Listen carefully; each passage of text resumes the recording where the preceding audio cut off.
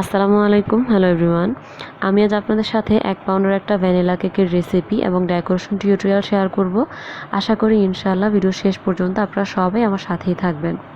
আপনারা যারা প্রথমবারের মতো আমার চ্যানেলটি দেখছেন, আপনারা প্লিজ আমার চ্যানেলটি সাবস্ক্রাইব করবেন এবং পাশে থাকা বেল আইকনে ক্লিক করে দিবেন, যাতে আমি কোনো ভিডিও আপলোড করলে সবার প্রথমে নোটিফিকেশন পেয়ে যান। এখানে আমি 2টো ডিমের সাদা অংশ এবং কুসুম আলাদা করে নিয়েছি।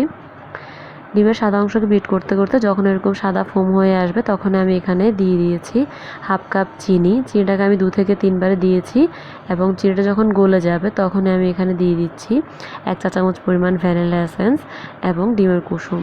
এবার এই উপকরণগুলোকে বিটারের সাহায্যে 10 থেকে 15 সেকেন্ডের জন্য বিট করে নিব। এর চেয়ে বেশি বিট করতে যাবেন না, তাহলে দেখা যাবে ডিমের ফোমটা নষ্ট হয়ে যেতে পারে।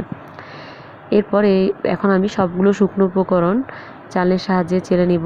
আগেও আমি এগুলোকে অফ ক্যামেরা একবার চেলে নিয়েছি, দুর্ভাগ্যবশত আমি আপনাদের সাথে এটা শেয়ার করতে পারিনি। এখানে আমি হাফ কাপ ময়দা, হাফ চা চামচ বেকিং পাউডার, খুব সামান্য লবণ, খুব সামান্য বেকিং সোডা এবং 1 টেবিল চামচ পরিমাণ কর্নফ্লাওয়ার ব্যবহার করেছি। এবারে উপকরণগুলোকে আমি 2 থেকে 3 বারে চেলে একটা স্প্যাচুলার সাহায্যে মিশিয়ে নিচ্ছি। আমি আমার হ্যান্ড হুইক্সটা খুঁজে পাচ্ছিলাম না, এজন্য আমি আজকে স্প্যাচুলা দিয়ে শুকনো উপকরণগুলোকে মিশিয়ে নিচ্ছি।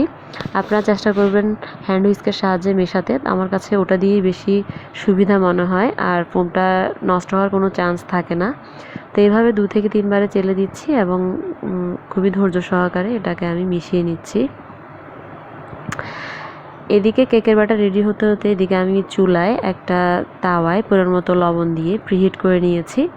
আমি কিভাবে চুলায় কেক বেক করি আমি আমার কিছু ভিডিওতে এটা আপনাদের সাথে শেয়ার করে থাকি।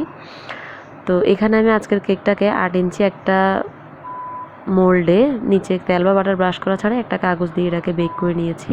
আলহামদুলিল্লাহ আমার কেকটা খুব সফট হয়েছে। তো আজকের কেকের জন্য আমি এখানে 10 ইঞ্চি একটা বোর্ড নিয়েছি। বোর্ডে কিছুটা ক্রিম লাগিয়ে কেকের একটা স্লাইস নিয়েছি। এখানে আমি সুগার সিরাপ ব্যবহার করছি। আমি এখানে দুধের সাথে চিনি মিশিয়ে সুগার সিরাপ ব্যবহার করে থাকি। তো পরিমাণ মতো সুগার সিরাপ দিয়ে দেওয়া হয়ে গেলে এখানে আমি ক্রিম লাগিয়ে নিচ্ছি। আমি এখানে একটা পাইপেন ব্যাগে কিছুটা ক্রিম ঢুকিয়ে নিয়েছি।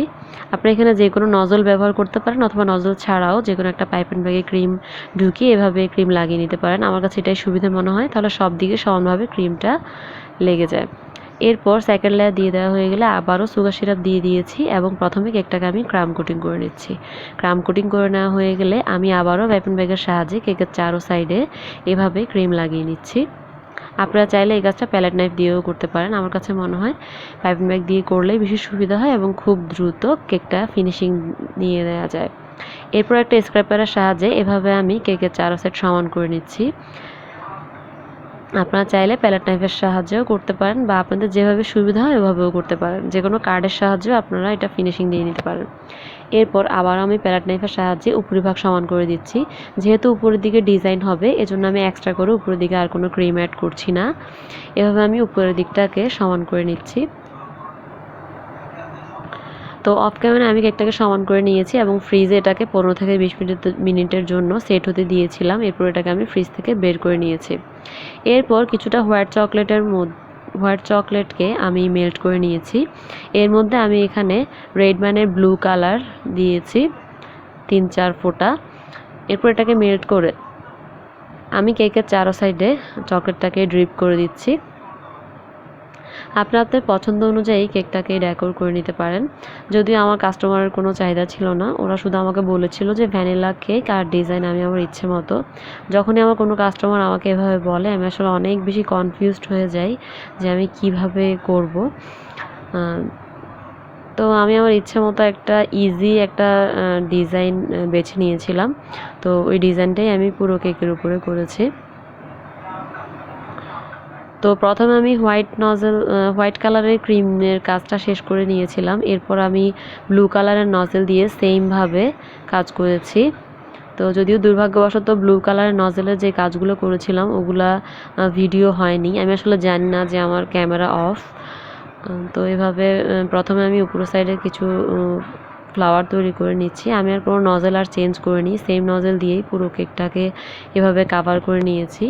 এরপর হোয়াইট ফ্লাওয়ারগুলো যেভাবে তৈরি করে নিয়েছি সেমভাবে আমি ব্লু কালারের ক্রিম দিয়ে সেমভাবে পুরো কেকটাকে কাভার করে নিয়েছি।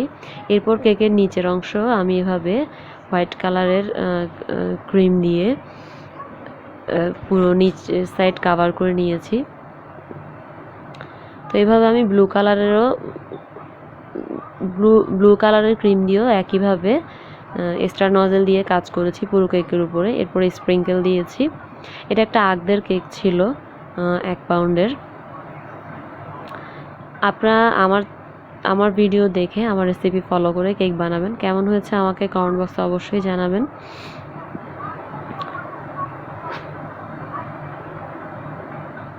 তো এভাবে ব্লু কালার নজেল দিয়েও আমি পুরো কেকটাকে কাভার করেছি। তো এরপর এরকম আমি কিছু রেইনবো সুগার বল দিয়ে দিচ্ছি, দিয়ে পুরো কেকের উপরে কাভার করে দিচ্ছি। এরপর একটু বড় সাইজের কিছু সুগার বল দিয়ে আমি কেকটাকে ডেকোর করেছি এবং উপরিভাগে আমি কাস্টমারের চাহিদা অনুযায়ী লিখে নিয়েছি আগদ সিরিমনি, যেহেতু এটা একটা আগদের কেক ছিল। তো আশা করি আমার ভিডিওগুলো আপনাদের অনেক বেশি উপকারে আসবে। সবাই আমার পরিবারের জন্য দোয়া করবেন। সবাই ভালো থাকবেন, সুস্থ থাকবেন। আল্লাহ হাফেজ।